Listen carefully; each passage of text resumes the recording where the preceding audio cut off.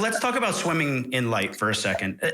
So that film, you went to three different aquariums, and you shot it only on an iPhone. Was Mhm. that just out of necessity, or was that a conscious choice to shoot it on an iPhone? That film started. I went to the aquarium with some of my friends, and we were all like filming things, and I started to film it, and I got like really into filming it on my phone. And then I just remember it was like funny. Like one of my friends was like, "Let's go. We need to go to this other room." And I was like, my phone was like on the glass, just like holding it there. I was like, give me like 5 minutes. I just need to get this shot. And somehow I got like really into that at the aquarium with my friends. And then I like let that footage be for like half a year or something. And then I was like going through, I wanted to like edit something over the break or for like a school break. And I was going through footage and I was like, oh, I have this footage. Let me edit it into something. This could be fun. And I edited it in Premiere and I was like, wow, this is actually really cool. And some of the footage is like decent. And then I sort of resolved to like make it into something somehow. And then whenever I went to a different city, I would go to the aquarium of that city and film it.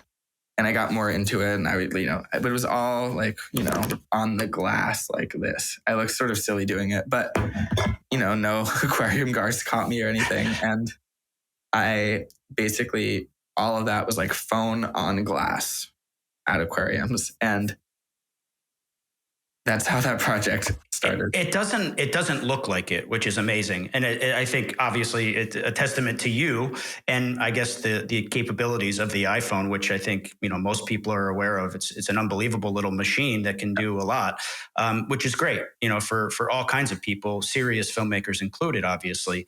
Can you tell me about the score? Is that an original score? It is a mix of an original score and an electronic score that I got from a really amazing electronic composer called Luke Ferrari, who recently passed away. And I used it as a temp score, but I fell in love with it, as all filmmakers do. I absolutely love it. When I hear it, it transcends me to somewhere else. A funny story was that with that. So, I got it. I used it at first, and then I was like, I need to get the rights to this because I can't just put it in. So I emailed his estate and sent them the film with his score. And I was like, I'm a high school filmmaker. Do you think I could get the rights to this? And his wife, he had recently passed away, and his wife looked at it and loved it, and then wrote back to me and was like, yes, of course. And that was a really cool moment. See, everyone who's listening, I'm so glad you mentioned that. That's how you do it. I mean, you have proof of concept. You were serious about your intent.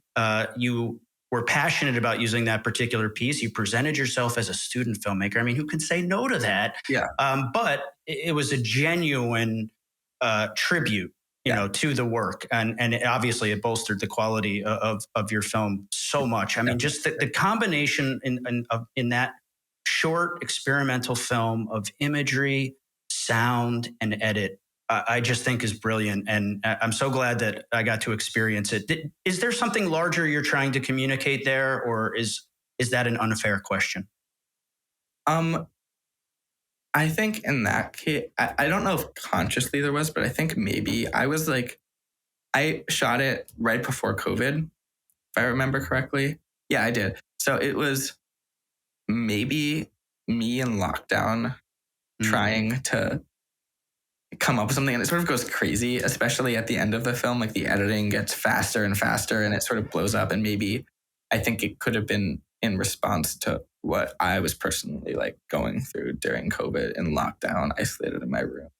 I think that it definitely has some like reflection. And that was like the beginning of COVID, just me editing that film just for like hours every day. And that film and the experimental films all come together in editing, which is like a fun process for me. It's obvious that you have fun with it, and you're very good at it. And I think that parallel really puts, not to pardon the pun, puts the film in a different light.